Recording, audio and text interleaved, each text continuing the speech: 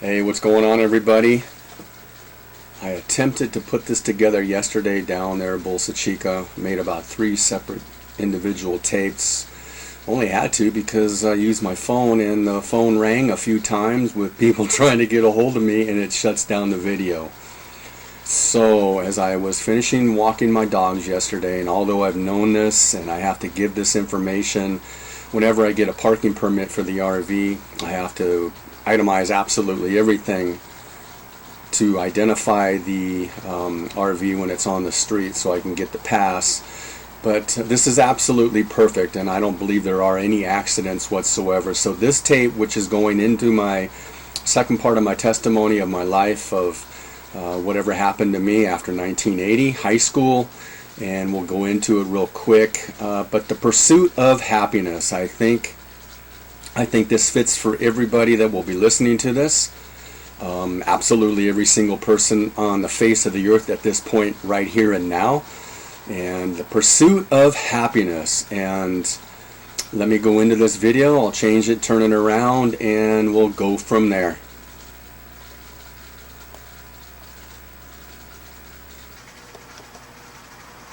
Pursuit of happiness. So on my first opportunity to share with everybody, I think I got to like 1985.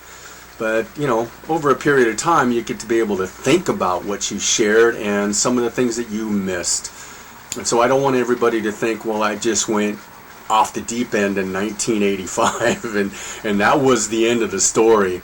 There's absolutely more. I want to kind of go on maybe a lighter note here. Roberto Severa, as you can remember, if you listen to that first tape, introduced me to John, who I did remember his name, the manager at Stater Brothers, Ray Hernandez, who was the guy that asked me to take a ride with him.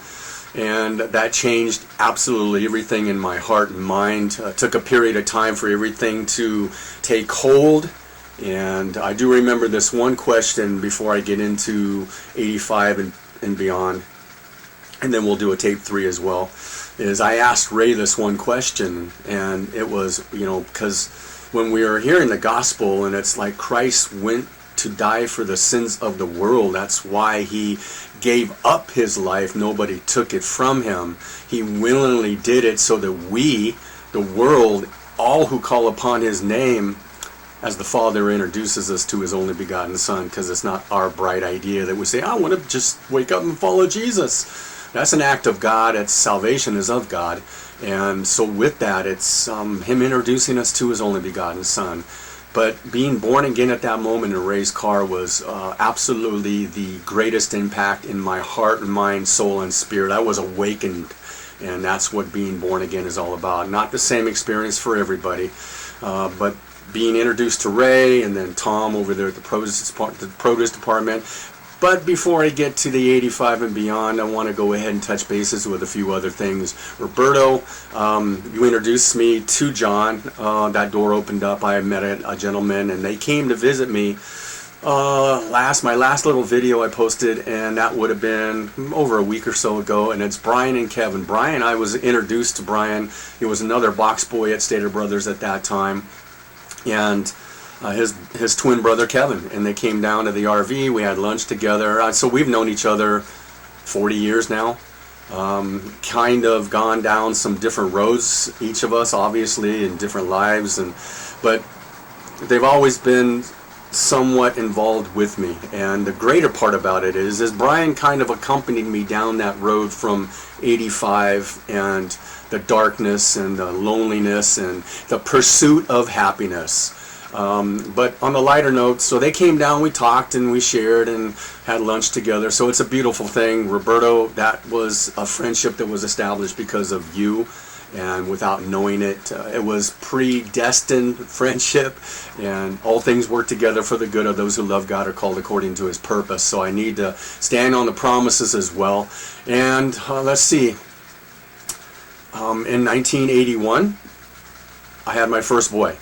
My oldest son, and he's a dynamic he's a dynamic son, and also he's an older gentleman now, and he's working with me. He learned the trade. We hung out together. He went through his things as well as I went through my things, but right here, right now, and I'll probably invite him into it somewhat through my thinking and sharing of, a little bit of where he's gone. But the beautiful part about it is the Lord willed him to be born into my life in 1981. 1982, I kind of went on a different path road. But before we go there, I like to share this little picture. So if you're all here still, you remember that, people at the reunion? Well, that wasn't my senior high school picture. I want to share a real quick story, kind of go on the lighter note. So with my son, I still was not feeling it and necessarily trying to figure out what life was all about and the direction. I remember I went to I was still working at Stater Brothers, and I'm going to introduce another guy, Roberto, that was there at that time, and his name is Randy Zimmer. Maybe you knew him. He was just the kind of guy that was just a bubbly kind of a personality. Probably not somebody I would have hung out with in school or anything, but he just, he had a way of just kind of connecting with everybody, and it was a different kind of a friendship. He was married, had a daughter. They lived in Huntington. We hung out. Sometimes we went out to that old familiar place, stomping ground in Costa Mesa on Newport Boulevard, Hoagie Barmichael's, which kind of reminds me of all things happen because there's a reason. I even remember going there one time and meeting my niece, LaRue. It's like, I think she had like a made-up identification, because I know wasn't old enough to be there, but it was a good thing. We started our friendship that we hadn't had for many years, just because family kind of goes and drifts. And but with Randy, we'd go there, and sometimes we would just order pitchers of water.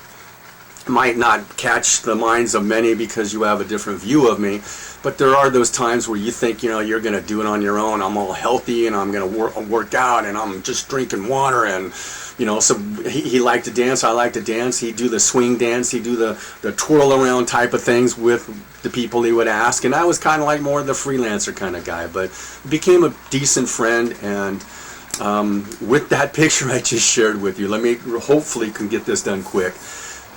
He invited me, not the same as Ray Hernandez, to, hey, I'll give you a ride home and share the gospel with me. But Randy said, hey, I'm going up to LA to audition for a modeling agency. And so he said, would you like to go with me? You can just drive up there with me and we can just hang out. And I said, cool. So I did. He went to, 4 or 5 different places where he stepped in, and I went through the front door. I was introduced to everybody, and there were other people as well, and they would say, hey, okay, well, go over here and do this, and and they asked me to do it as well. So what had happened is Randy kind of went into a different direction. He actually became rather well known. And if I can remember to think about how to share that at the end of the story, I will. Everybody went out and bought it, so they wanted to see Randy because he became a he is a bubbly personality, man. He just had a way of just telling everybody what had happened, and it was kind of a good thing. It was a different thing, and but to go past that, he introduced me to a guy named Gene, which was had a little agency, modeling agency up in Hollywood somewhere, and I made a connection with that dude. It wasn't like anything drastic. I didn't think about anything when I went with Randy that day. I wasn't thinking about trying to pursue absolutely nothing, though I was still on the pursuit of happiness. Gene invited me to come up, and we went up to Beverly Hills, and we went to some department stores, and I was dating a girl from Hoagie Barmichael's at that time. She went with us, and went and picked out a bunch of wardrobes and clothes, and that's where we came up with this, which is part of it. And we went to USC campus, and he did a photo shoot with me, and he provided a portfolio, which at that time was probably about $500, and just gave it to me. And nothing really materialized after that. Went back to his house, and he says, I had a swimming pool. He says, hey, you want to cool off? Go swimming. So I had trunks, and I went swimming, and and he was still taking pictures, and I came up and out of the water, and he snapped a couple pictures. And then on his wall, when you walked into his office, were a bunch of people that he had posted that he thought would have an impact. or whatever his view was. And so he put one of those pictures up there, and some guy named Gil, who was a producer slash agent, modeling agent, but not really too much into modeling, more of the kind of movies and things like that. So he just asked him, he asked Gene who that guy was. I got my information, I made contact and went up and had lunch with this guy named Gil, kind of shared some things with me, took me on the set of Dynasty back in the day, of Love Boat, and I got to watch them do their production and the actors, and I can't remember the names of the people because I wasn't really involved in it. I wasn't really sitting at home watching these sitcoms, but or whatever they were. But I was there and was a part of it, and I was exposed to it. And I went to a producer named Aaron Spelling's house where they had some kind of a little party.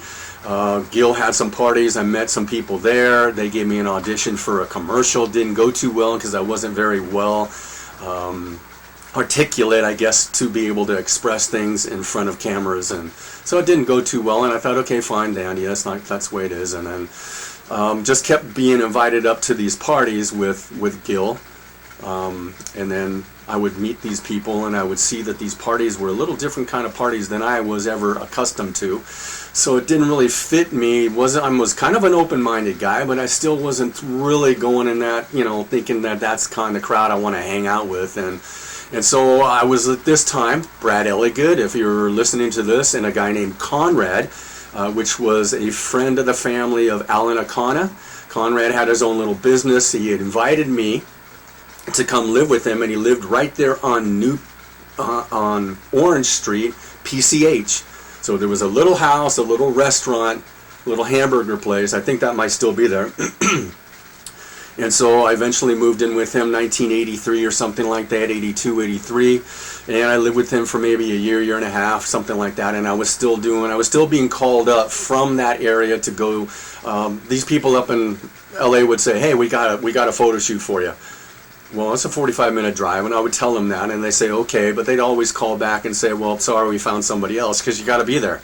That's what they tried to convey to me, so Gil kept asking me to move up there. And it just really never took hold. I got a few opportunities, and just wanted to kind of share that with you because I thought it was a little funny that I think maybe some people thought that was my senior picture, but that's the story behind it with him. So by the time I'm still searching, I'm still in the pursuit of happiness. I'm still getting to that point. 84, 85, we have the reunion. I'm kind of in a darkness in my mind. I'm just whatever I'm thinking, I'm actually going out and doing. I applied for a different position. I was no longer working at Stater Brothers as a plumber. So I went in and filled the application. They hired me, put me in 5 days training, and then they stuck me in the truck, and I got stuck on absolutely every job I didn't even know anything about when I was doing 5 days training. It was kind of like insane. But I stuck with it because of my pride and because I wasn't kind of the guy who wanted to give up. And then the reputation is you make a lot as a plumber and da-da-da. But I found myself gradually just taking the paychecks that I would run their calls that they would give me, use their trucks, their uniforms, and I would do that thing. But I connected with the guy in the dispatch office, and I started doing side jobs. And so legitimate, and then I was stealing from the company. Basically what it came down to. And at that point in time, I connected with my friend Brian, and we started doing some of that substance, which I had shared in tape number 1. That thing that called my name, and then it began to call my name on a regular basis, and then so I started doing illegal things and selling, whatever you want to call it, and being a part of that. But no matter where you go, no matter what you do, it's never enough. Anybody on the other side of this camera can validate that. It's never enough to accomplish what you think you have to obtain so you can either make a name for yourself, recognition, a large piece of property or properties, lots of materialistic stuff. I began to accumulate stuff that people would think, who is this guy? Where did he come from? And how does he have this? I mean, people would see me. I have what I have right now is basically what I had back then, but it was all futility, man. It was all meaningless. There was no peace in it. There was no joy, and it was never enough. And substance abuse became more and more. And I'm not just talking to myself. I know that there are people on the other side of this camera that are stuck right where you're at right now, and it may not be down that direction, down that road. Absolutely, positively. Maybe you're very moral. Pay all your taxes and cross your T's and dot your I's, but you still have no happiness. I've seen the rituals that people have posted. I was raised up in the rituals to make my flesh feel good, and that's where I was at that time. And I did the traditional things that we did so we could maintain and think we're okay. But there's that loneliness. There's we're not secure. There's not really a lasting peace. It's like that song the Stones talked about. Can't get no satisfaction.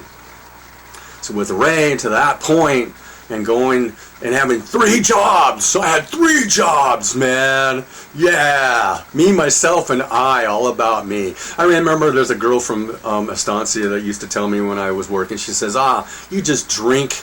You just drink your checks away. You pick up your check on Friday and you drink it through the whole weekend. Not true, but because her and I were close and friends, she made that statement just to laugh and joke. But in reality is I got stuck.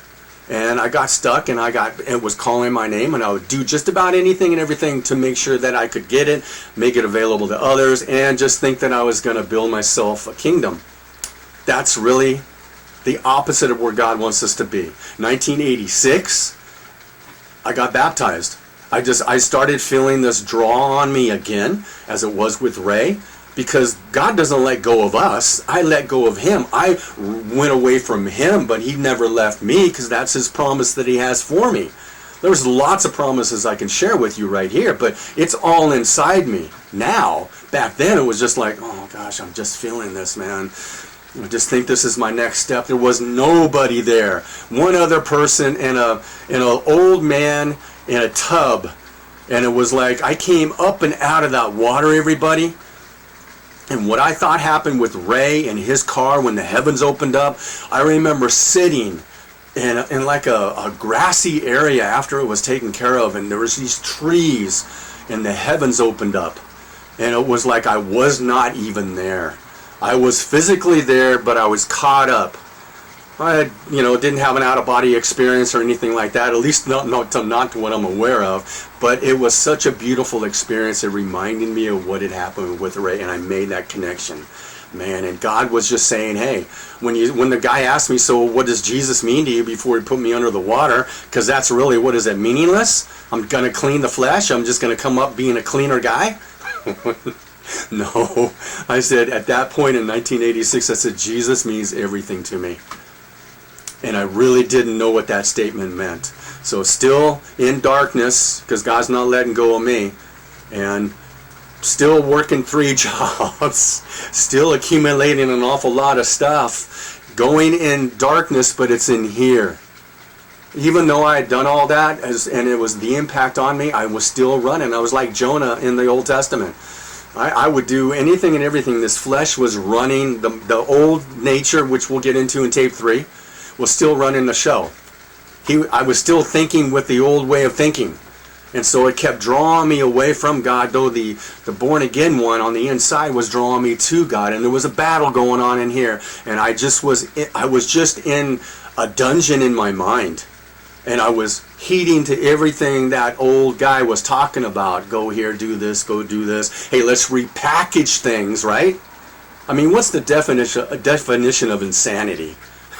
Repackaging things, trying to think that you're going to make it happen in a whole different way, but it's yet still the same way. I don't know if I said that correctly, but that's the lie that was going on in my mind. You can find happiness over here. So hanging out on the beach when I was with Conrad at that point, and just going to hoagies, and girls would be over there on the beach with me, because it was a 2-bedroom bachelor house. I was just look at these, and they'd probably be having the greatest time in their life, or whatever. And I would be thinking, man, how lonely I am, because there was no peace, and there was no really any kind of love. There was no love. And it was just a lonely point in time. And so I got to 88. I'm still working. 89. I have another boy, and who's a dynamic young man. We just met with him on the weekend, and my daughter-in-law. Man, I have two amazing older boys. My younger one still lives with us here, and it's tremendous. So I get to the point in complete darkness. My heart is just like closed, and then I'm just like, what am I doing? Where am I going? Is this what life's all about? And it's just there's no peace. And I remember I finally got real, and I looked in the mirror. I literally looked in the mirror, and I just got real with myself. It was pride that took me down this road. My way was going to be better than God's way, and I didn't want to give up completely, a little bit along the way, but that was enough for him to begin a good work, and he will be found faithful to complete it in me. That's the beauty of this whole thing. So I just remember I got real. I had bitterness, I had resentment, I had anger, I had hatred towards people. I blamed everybody, but I looked in the mirror and I got real with myself, and I said, man, you are the man. You are the guy. It is your stinking thinking. It is you keep contemplating that you're going to do it better in a different way. You just repackage it and come back out, and somehow it's gonna just materialize into this wonderful life. What a lie. What a lie I was living. But it was all happening here and in here. The battle is in here. And at that point, I remember just thinking to myself, what is it? What is it? And in a small, still voice, no, I'm not insane, I'm not crazy. I heard it loud and clear. The answer's in the book. From all the way back to Ray. And then the manager at Stater Brothers gave me my first Bible. Basic instructions before leaving Earth. Wow. Can't get any more basic than that. The Bible is the mind of God. It's the little bit of mind He wants to share with humanity. And to all who are born again can be led by the Spirit, and the Spirit's going to make it come alive within inside you. So in tape number 3, I'm going to take you on the journey of the new man, the new creation. Old things have passed away. Behold, all things are becoming new. And it's a beautiful, beautiful story. In fact, well, I'm not going to get into it any more than that. Hey, what's up, everybody? Before I end this tape, I wanted to also include a little bit more information on the issue on the inside where the battle is. And though you can portray, and I did portray myself as a guy that seemed to have it all together, and because I had an awful lot having 3 jobs, a lot of people didn't really ever intervene in my life, and so I'm grateful that God did, and He never let me go. The cocaine issue was probably about 8 years, so even though 85 to 90 where I heard that voice and saying the answers in the book, where I got real with myself, that point in time, it's a gradual fade away. In the beginning it's like fun and fine and dandy and all that stuff, and we've all been there. Some are still there right now, maybe different forms and fashions, and maybe we're just accumulating a lot of stuff. We're pretending like we're happy, but we're really, inwardly, we're not. There's no happiness. And so I just wanted to share that God did deliver me from cocaine back in that day. There's a testimony behind it, because not only was I willing and dealing or attempting to, but you can't use your own product, which is something that you don't know back in those days because you're so caught up. But there was another guy, and his name was Bob, and I'll try to, let me share a little bit about Bob. So when I get into tape number 3, this will kind of allow everybody to know my heart towards others. Because I really did begin to start talking to people and sharing with people. I just saw some people 2 weeks ago that went to Estancia. They won't even talk to me. Basically, they won't even say hi. So you can't change the hearts and the minds of the people. And I stopped doing that 35 years ago when I started going out and telling people about Jesus. And they'd always say, well, good for you, man. You really need something, man. You go to church, good for you. But I'm on this side going, man, I know a lot about you guys, man, and I know that you need what I have because you don't have what I have. You need that joy, and there's only one way to get it. But the rejection continues to go year after year after year, and you just say, okay, cool, nothing you can do. I once had hatred, anger, bitterness, resentment in my heart and mind, and praise God, I've been able to forgive others because God in Christ has forgiven me. And there's a lot of things I'm never ever going to share that nobody ever on the face of the earth even knows. But God knew, and I got right with Him, and I got it right with Him because He died for the sins of the world. And I got to find out what sin was all about, right? Remember that question I asked Ray? What is sin? He allowed me just to go out there while He's behind me, protecting me. He's in, the Holy Spirit's on the inside of me. He's got angels encamped around me. But with Bob, who was that one guy, I called him up. He heard some stories and said, hey man, I don't know, I want to hang out with this dude anymore. I said, hey, let's have some lunch. And so I met him in the circle, orange circle. I'm sure he thought he was going to get a customer back. And I sat down, and my heart was this towards him because I hung out with him an awful lot. He was an older gentleman. He's probably no longer with us. And we had breakfast, and I began the plan of salvation with him, as Ray did with me. And the different response was he finished the plan of salvation, but he didn't want anything to do with God through His only begotten Son. Because you can't get to God the Father unless you have the Son. But he knew it, and I knew that at that point I was released from him. And there's a lot of people that I've come across that I've learned, you put your hand out and you say, hey, you know what, I said a lot of things, I did a lot of things, I was very selfish, I was very self-centered, it really was all about me. And you ask them to forgive you, and there are some that have shaken their hands, there are others that have given me hugs, there are others that have called me brother. I heard you're my brother now, because they were believers praying for me, or they were believers maybe not praying for me, I don't know. I don't know their hearts. But I just know through all the times that I keep running into people, including the reunion, I just say, hey, if I have offended you, I'm sorry, forgive me. And I want to move on. I want to move past that. And if there's a friendship that can be reignited, that's great. That's wonderful. That's a blessing for me. And I'm hoping that I can be a blessing to others as well. But there are people that I've had that will just look at you and just walk away.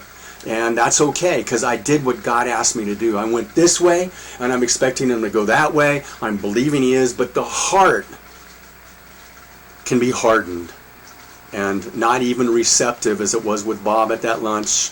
He wanted to continue in his folly and just continue to sell and make money. And that's where he was. That's what his God was, or he was his own God. So I wanted to share that real quick before I left. And one last thing, if you remember the beginning of this video, was kind of gone a little longer than I thought. Roberto, remember Randy? He became famous. I think 1983, I'm ending this on maybe a negative, I'm not sure. Haven't seen Randy. I did get a letter from him in like 1985 after he borrowed some money from me. I won't disclose what was in that letter, but I'll just say that 1983, he was a very famous guy. He was, got some modeling experience, and he made it into Hustler magazine. So Stater Brothers produced a born-again believer. Ray Hernandez and myself hung out, and then there's always the other side as well. And so I'd love to be able to run into Randy, but I don't know if he's even with us anymore. But I wanted to share that with Roberto and some of the other people that are here, that, hey, I knew a famous guy. Don't know who the girl he was with, but he was. So with that, guys, I want to go ahead and end it and say thank you. We'll see you on the next tape, and that's going to be Old Things Have Passed Away. Based on the Word of God, behold, all things are becoming new. It's a process. Sanctification's a process. Doesn't happen overnight. Talk with everybody soon. Bye-bye.